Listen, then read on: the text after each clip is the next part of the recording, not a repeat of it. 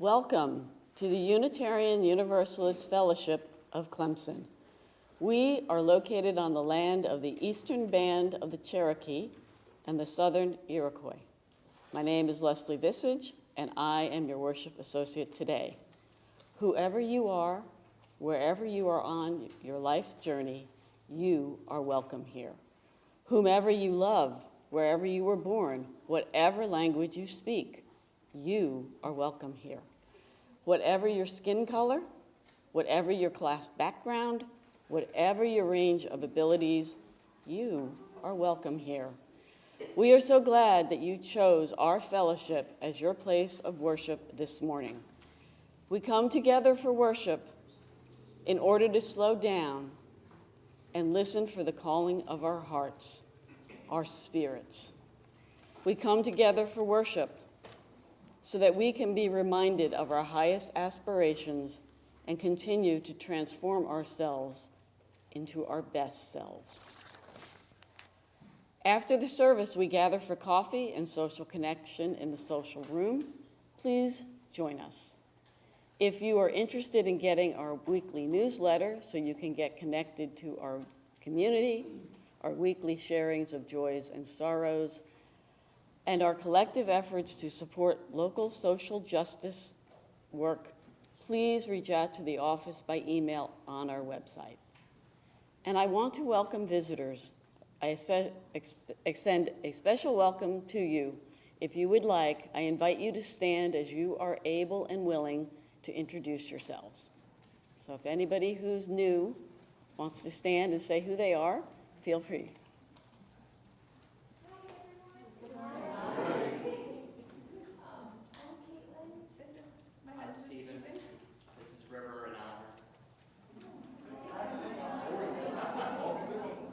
Welcome. We're very happy to be here with you guys today. Really good to have you. If there's anyone else? We're Vernon and Mary Ann Brown. We're college students. Oh, nice to meet you. And I extend a special welcome to our online visitors, or online viewers. In addition to the announcements on the back of your order of service, which I hope you take a look at because there's a lot of good information, I have several announcements. The first one is there was going to be a lunch and learn this at noon, and that will be postponed to a later date. So if you were thinking you were going to be going to that today, that's going to be a later date, and I don't have what that date will be. In addition to that, on October 14th, we will have the UU Stewardship Gala and Open Mic Night. And I think that will be a lot of fun. We have some good acts lined up. And if you're interested in more information, talk to Sarah Summers-Hoskins. On October 14th, there will be a statewide SCUJA meeting in Columbia, South Carolina. And if you're interested in going, please talk to Holly Ulbrich. If Holly's here, if she could just raise her hand. Too late to register. Too late to register. Oh, We have 8 people going. oh, excellent. No, that's October 7th. The 14th is the gala. I might have said it backwards. October 11th, there will be a hula hike to the Poe Creek State Forest. And that, again, is something Sarah Summers-Hoskins is organizing. So if you're interested, please contact her. They're always a lot of fun, and it's a beautiful place. And like I say, there's plenty more on the back of your order of service, so please read it. Please rise in body, mind, or spirit, and we will sing music hymn 1053, How Could Anyone?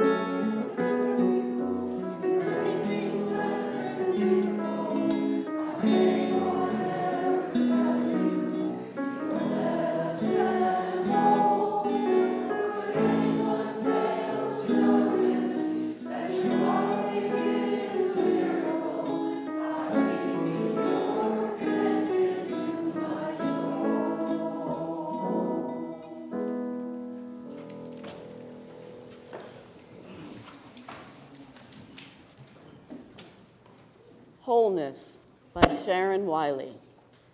We speak so often of brokenness in religious life. Let us speak today of wholeness. You are welcome here, all of you. Every part of you is beautiful, just the way you are. Here you do not need to be something more or less. No holding back, no hiding. No exerting yourself, trying to do more or be more. You have inherent worth and dignity. Nothing to prove here. Nothing to prove to me or the person sitting next to you or to the children or to anyone. You don't have to try to be witty or more quiet or more outgoing.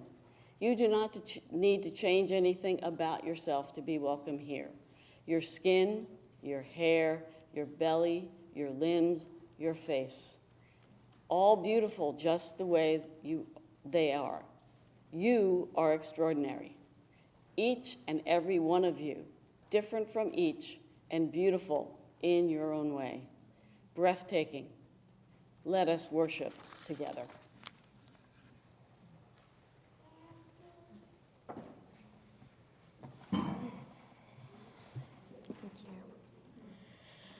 Now is our time for our chalice lighting and reading of our words of affirmation. And I've asked Joachim to come forward and help me light our chalice as you join with me in sharing our affirmation words, which are found in your order of service. We gather together in the spirit of love with justice as our guide. This is our chosen covenant, to dwell together in peace, to seek the truth with freedom, and to care for one another.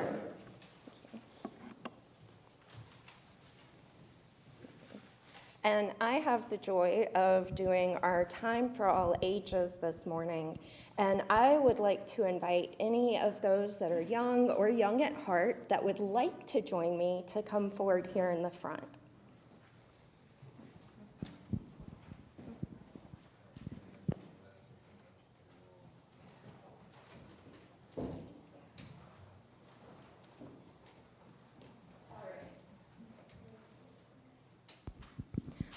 Can y'all hear me? It's a little too loud. Okay. It was on mute when I started to speak. So, all right. Well, it is so good to see you all here today. And I have a story that I want to share with you that is a bit unique. So, first, I have a question, and this is for the folks down here in front and for everybody in the congregation, everybody that's here today. Have you ever felt left out? Yeah? Yes. Yeah. So maybe it's being picked last to play a sport or to be in a play or any number of things that can make us feel left out. But what if you came to somewhere like this congregation and you didn't see or hear yourself being represented? How would that feel? Bad? Yeah. So, a few years ago, somebody that I knew looked at, oh, you know what I forgot? Can one of y'all grab that hymnal for me over there? Will you hand it to me? Okay. So, a few years ago, a friend of mine looked at the front of this hymnal. So, let's say about 4 pages in. There is our principles and sources. So, does anybody know how many principles we have? Okay, there's 7, or as this congregation has adopted, an 8th principle. But have you all heard about the sources? So they're where we get our inspiration from. They include things like world religions, our heritage of Jewish and Christian tradition, and they also include the inspiration of our own lives, the wonder and mystery and awe, but also the words of individuals, whether they lived long ago or more recently. And so my friend decided that they wanted to ask about the words being changed. And, they're printed here and in a lot of other places, but they're part of our bylaws as a denomination. So it wasn't just as easy as going in and making a little mark through and saying it was a change. It had to go to our big national gathering called General Assembly. And it had to be voted on twice to change 4 words. 4 words. So I'm going to read what the original words were that are in your hymnal if you want to look along.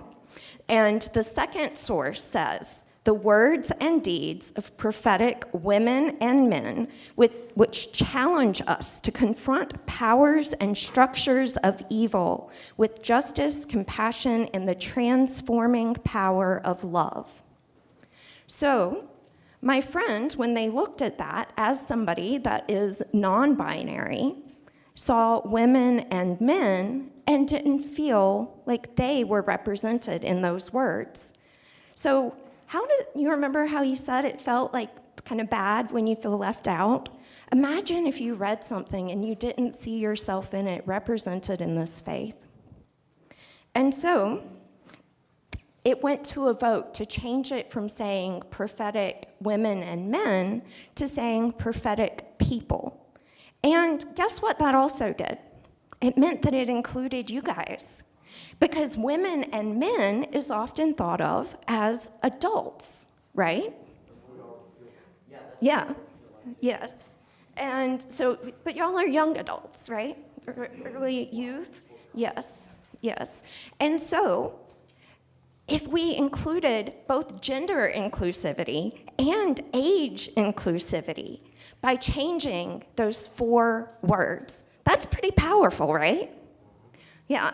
So, the thing that I really want to share with you, can you remind me how old you are? 15. So, at your age, could you imagine getting up in front of a few thousand people to talk? It would take you a long time. Well, I get up in front of this number of people and talk a lot. But even I get nervous talking in front of thousands of people. How about any of you adults? Have y'all talked to thousands of people at one time? Yeah, a few of you. It's a little intimidating the first time, right? Well, so a young girl named Brenna got up and talked at a microphone at General Assembly. And she was probably about your age. And she read a letter from her friend Icarus. And Icarus is non-binary and was nervous about speaking in front of people, which is why they wrote a letter and Brenna read it. And it said in that letter that for the first time, Icarus felt like he was represented in our denomination and that they could use whichever pronouns fit them on that day and felt like that was okay and appreciated in our denomination. And so that's pretty powerful, changing just a few words and somebody getting up and speaking on behalf of their friend to share the impact that had. And so sometimes we have prophetic voices that are all ages. Who here knows of Greta Thunberg? Greta Thunberg? Yeah? So she is a climate justice activist, and as a young person with neurodiversity, she has gotten up in front of people and talked about this important change. And so when we talk about prophetic people, we mean her and people of all ages that can speak and be a prophetic voice for our denomination and for the world. And so with that, I invite you to think about that when you go out into the world, about how little changes or sharing something with someone can make a difference. As you go forth to your RE classes or stay here in worship today, and just kind of think about that as you talk to people throughout the week. And so I'm going to invite y'all to head back to your seats, and we're going to move on into our next element of service. Thank you. Yep.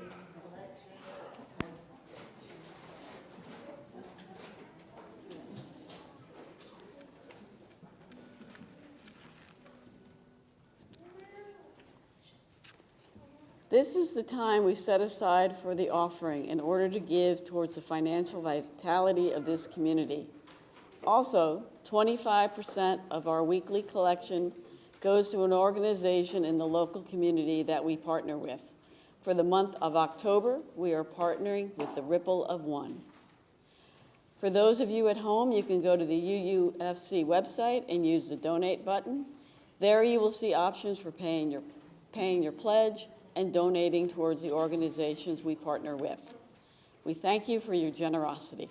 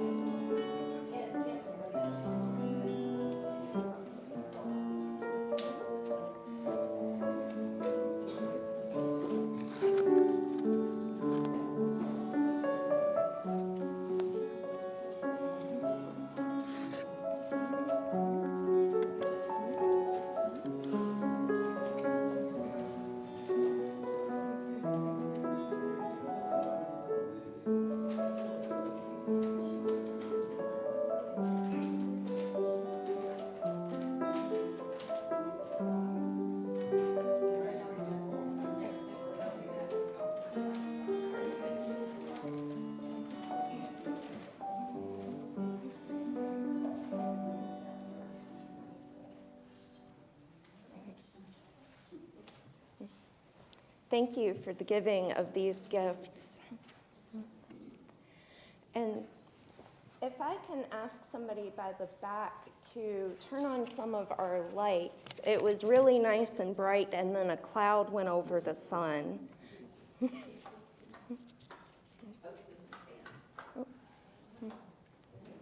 right. Thank you. Thank you.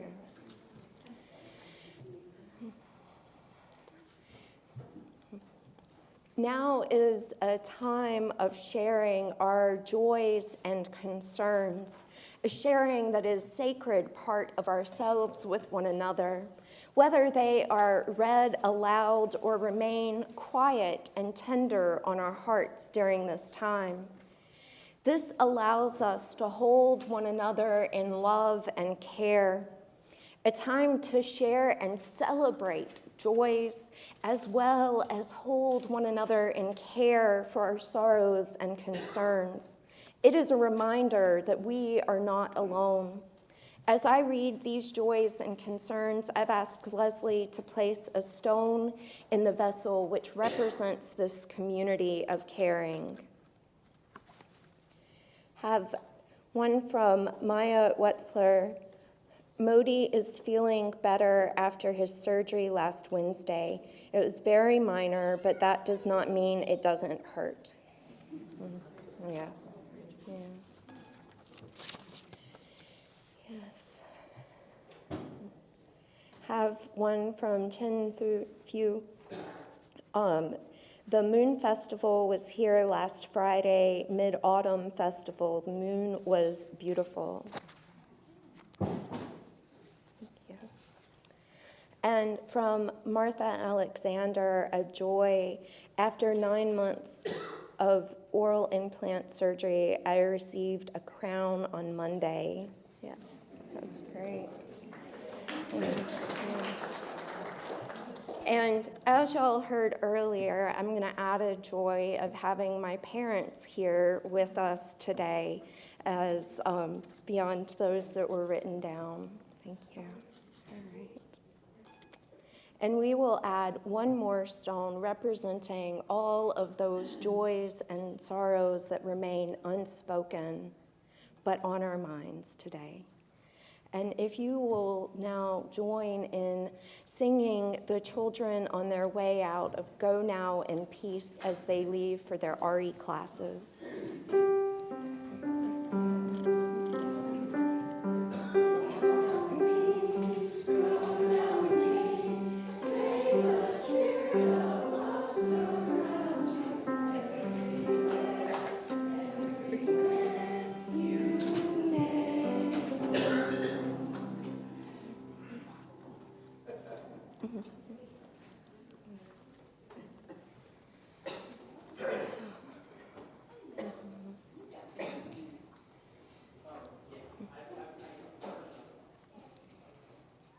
It is such a joyful noise to have young ones here among us today. I offer these words, a blessing for Ken by the Reverend Sean Parker Dennison, one of the earliest trans ministers in our denomination who helped found TRUST, which stands for Trans Religious Professionals UUs Together. And their words are these: I wish you a single story, not a simple fairy tale with only happiness, but one life without secrets or omissions, without the need for fake faces, one pointed outward and the other inward and real. I wish for you the twin beauties of clarity and consistency, knowing the singular word that holds all of you together, all of you at once, all of you. I wish you no need to hide, no reason to live in the shadows of half-truths, no need to cover the spark and the sparkle of your heart, to keep from catching the light of the sun or the moon. I wish you wholeheartedness that arises from the liberty before needing to be freed, the completeness that precedes breaking, the integrity of your being a unity, undivided and boundless. I wish you a far-reaching welcome from within,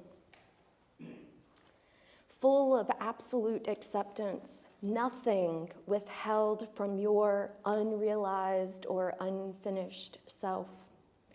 And I wish you a place and a people who do not want you in pieces, incomplete and partial, a world that no longer asks anyone to wrench apart their heart or divide their soul from mind, from nature, from core. I bless you with all that is whole.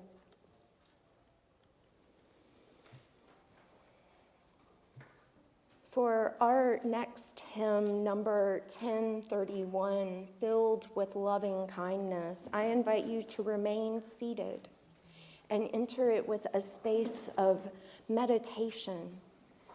The words will be on the screens, or you can find them in the teal hymnal.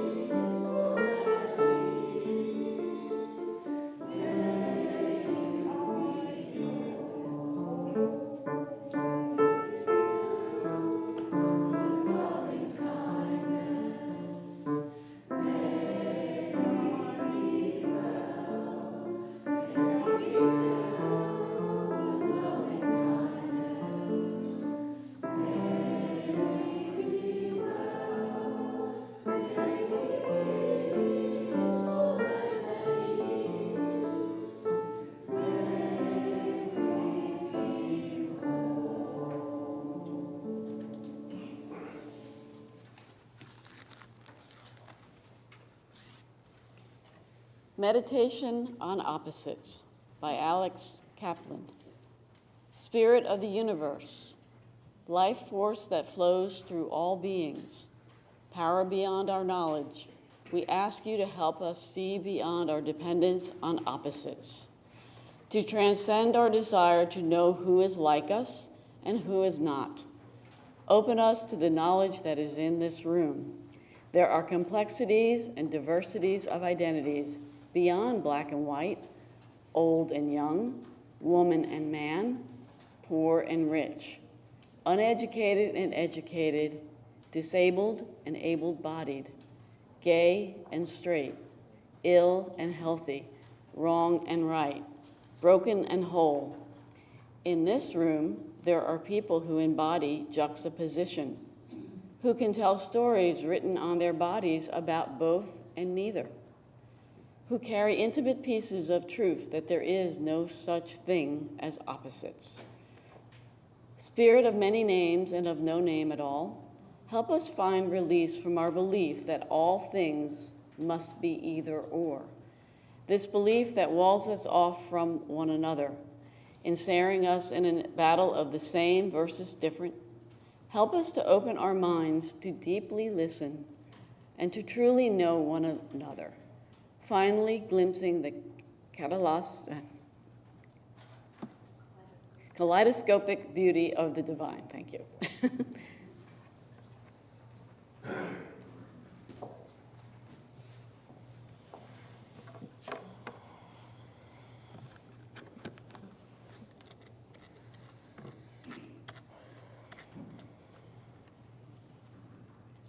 Have any of you ever felt invisible or ignored, or as I mentioned during the time for all ages, left out? Yeah.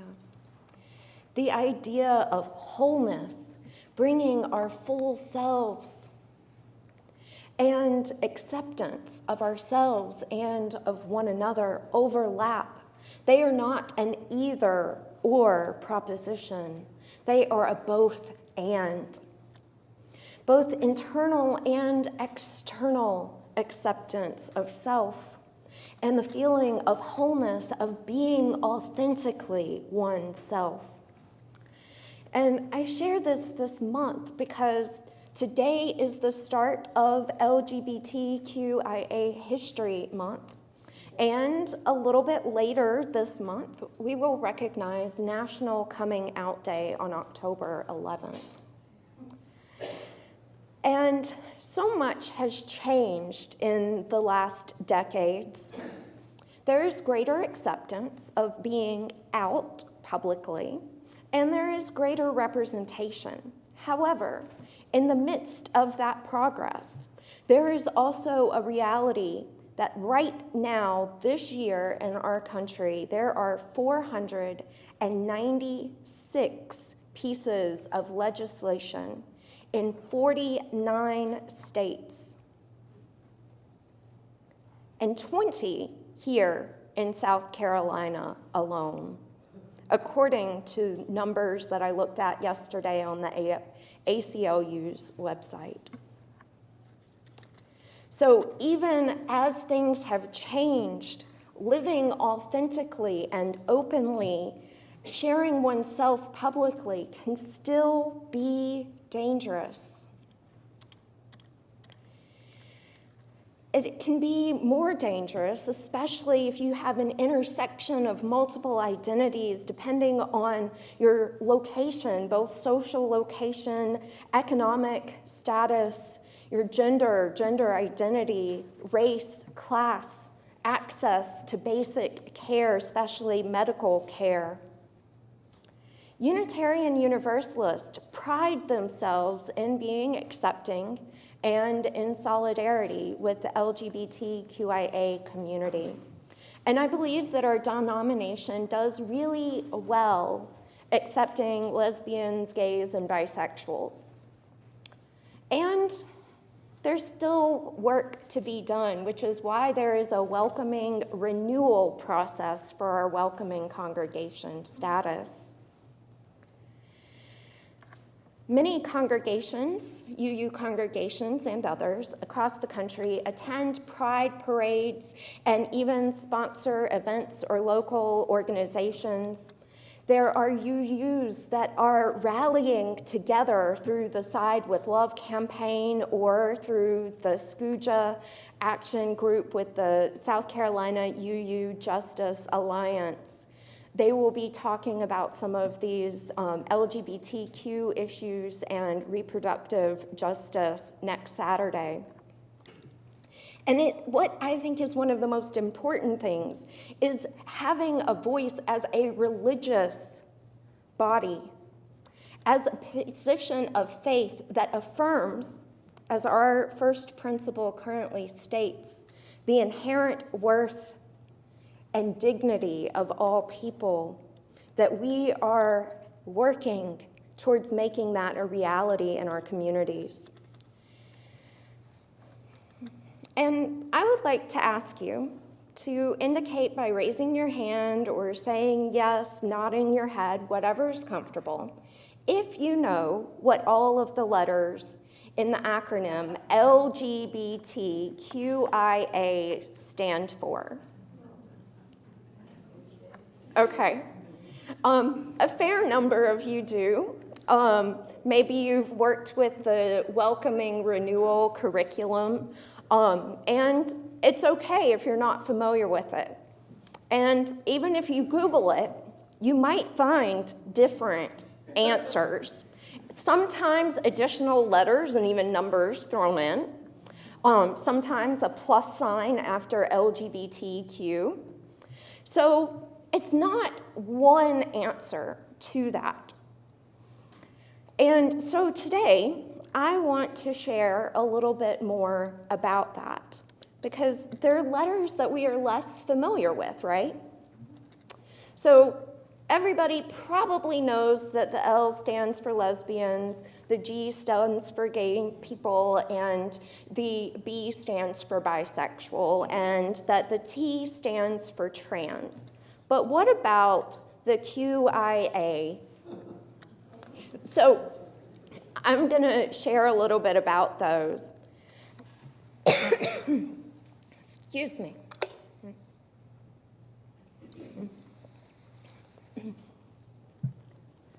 And as we think about all of these people, all of these identities, I want to have you keep in mind how we create spaces, how we create a space for wholeness and holiness, where it doesn't just exist, it's not just welcomed, but that it is celebrated and that it is honored. The sacredness of the both and, seeing the juxtapositions that we have been taught exist by society. And sometimes it's unlearning or shifting our understanding beyond the binary around gender, about sex, sexuality, and romantic attraction. And to start with trans. Trans embodies a beautiful diversity. When someone is transgender, they don't feel like their body matches with who they are on the inside. Perhaps the gender that they were assigned by society contradicts who they are. And sometimes, not always, not saying it's easy, but because it transfers from one binary to another, sometimes people can wrap their brains around trans women and trans men because it maintains that binary. But when you add non-binary, genderqueer, gender fluid, gender non-conforming, or agender under the trans umbrella, it can sometimes be a little bit more confusing. And as many different ways of naming non-binary identity, there's also a diversity in pronouns. So as you might know, I use they, them pronouns. But there's also Zzier, Gigier, Fafier, Keken, and some others that I frankly can't remember without going to look at them.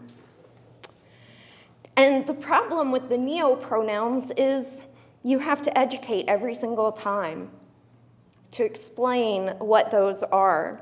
And while they, them is sometimes complicated for people, it's probably easier than explaining every single time what your pronouns are and why.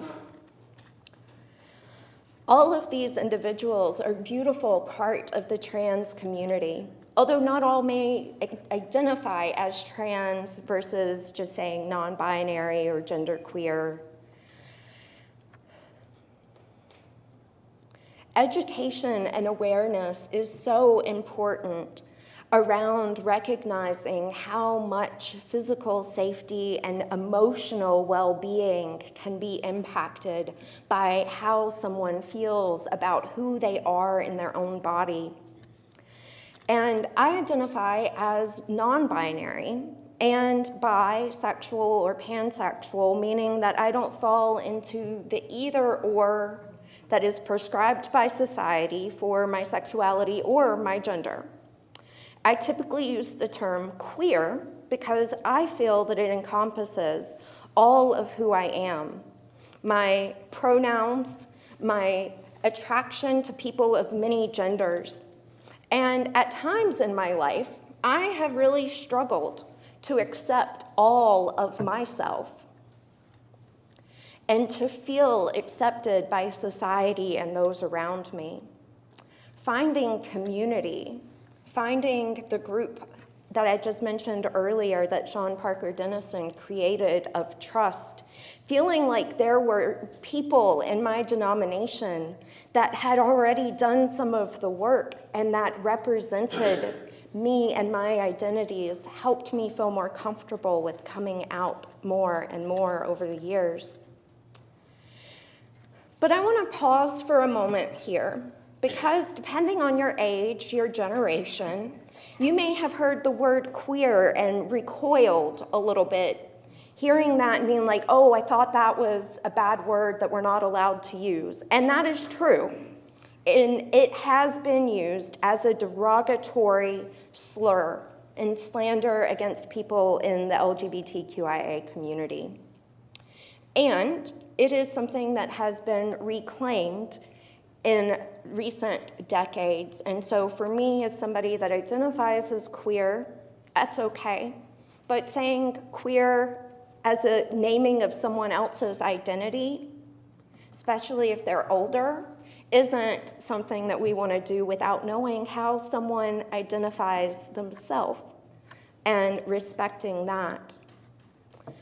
And I'm sharing the cue not just as queer, but also as questioning, which is sometimes listed, because sometimes we're working out who we are and how we identify in early stages. And so it offers a both and, a dual meaning. And so I'm going to skip out of order just a little bit in the acronym and move to the A, because it also has dual meanings. And A can stand for and is mostly understood as aromantic or asexual. And at times, I have seen it listed as being for ally. I have some feelings about that being included as part of the LGBTQIA acronym.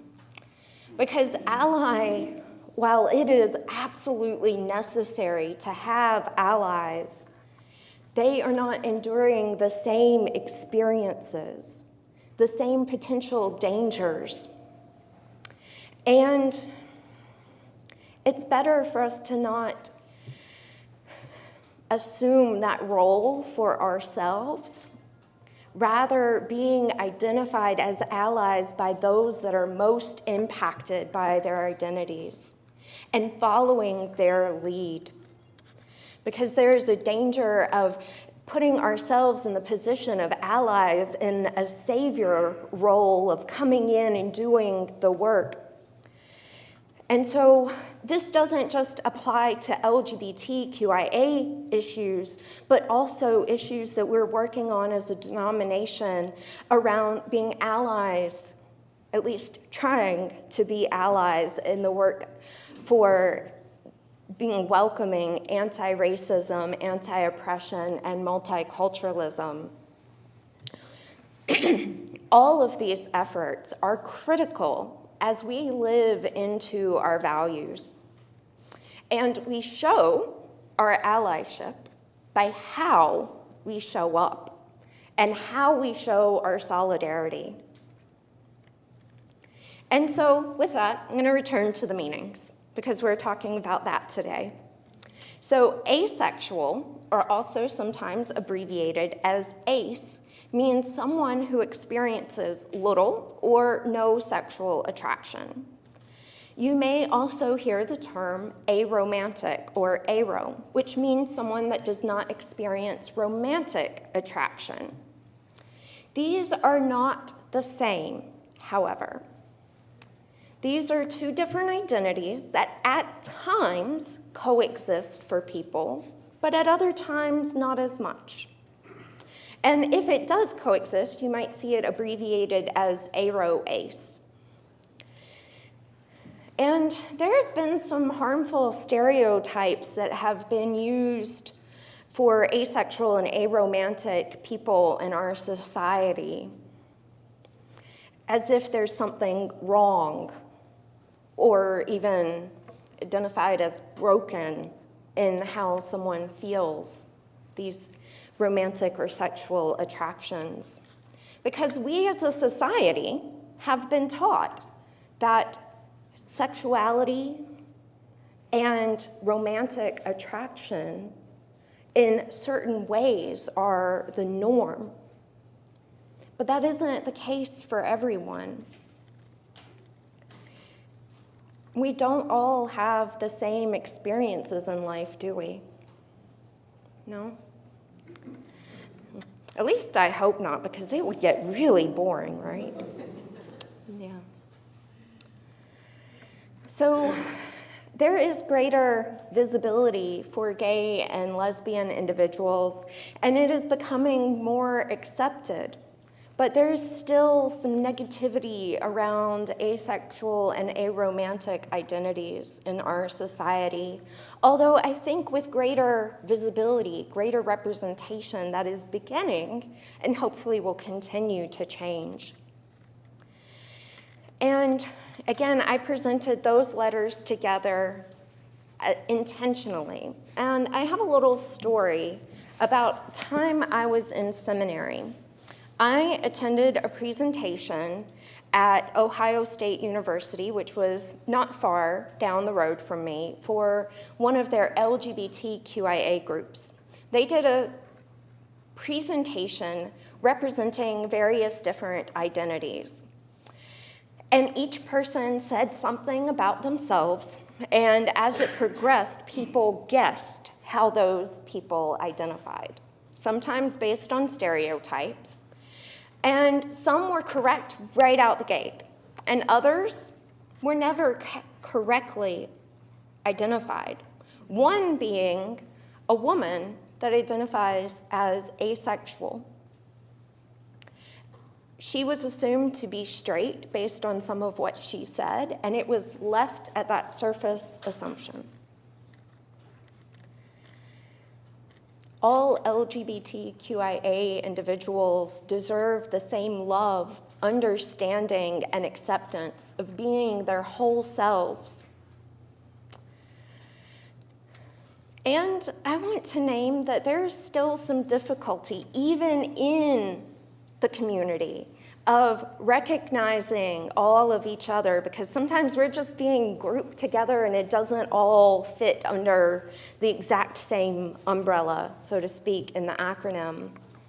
And with that, I want to return to it with the I, which stands for intersex. It's individuals that have biological traits identified when they're born, marking what society labels as male and female.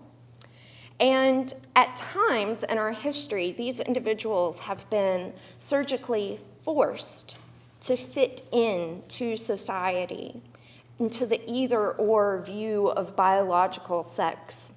Surgical interference as an infant when they have no ability to consent. And before secondary sexual characteristics and hormones have an impact, which can be detrimental. Thankfully, in the last few decades, that has been changing, and families are waiting and sometimes deciding not to have surgical intervention. But I have to say, when I first heard about this in the early 2000s, when I was in undergrad, I was a bit horrified, not by people that are intersex, but by the way they were treated. One of the things I read in my queer sociology books was that medical professionals would identify babies as female because the surgery was easier.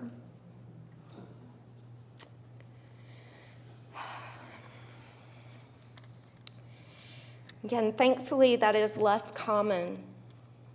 But I want to name a couple of things here. Somebody that is intersex is not the same as somebody that is non-binary or trans. And this group is not the same. However, there are intersex people that may identify as non-binary because they feel that it fits them best, but that is their decision, and we should not ascribe it without their consent. And I think this is important too, to say, to lift up, that intersex individuals' existence does not justify and should not be used as a reason for accepting non-binary or gender non-conforming individuals. They should be respected as their own group and not be used publicly, politically. And there is such beauty in human diversity. And I want us to be reminded over and again about the divine in everyone, the beauty in everyone, that which our principles call us to see, the inherent worth, or as potential changes say, worthiness and dignity for all people, and to recognize how connected we are. That justice for one group of people is creating a more just and loving world for everyone, because we are part of an interdependent web of existence. May we all find wholeness.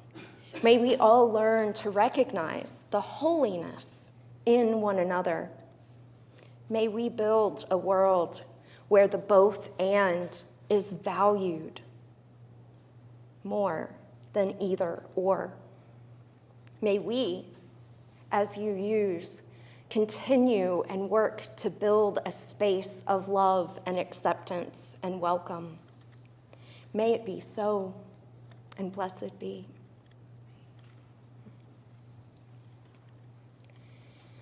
You are invited now to rise in body or in spirit, wherever you are, to join in singing our closing hymn, number 323, Break Not the Circle.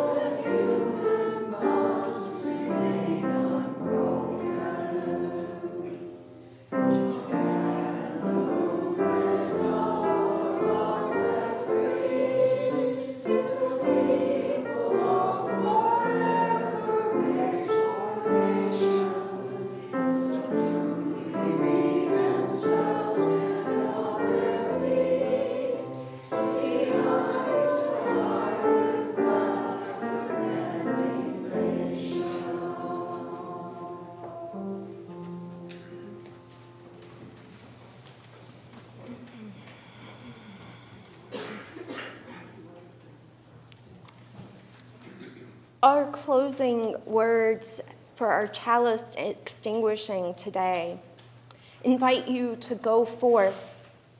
May you find yourself renewed by love and acceptance, accepting the divine diversity in everyone. May we see the wholeness and the holiness that the world has to offer. May we carry the light of this chalice with us everywhere that we go until we are together again. Go in peace and return in love.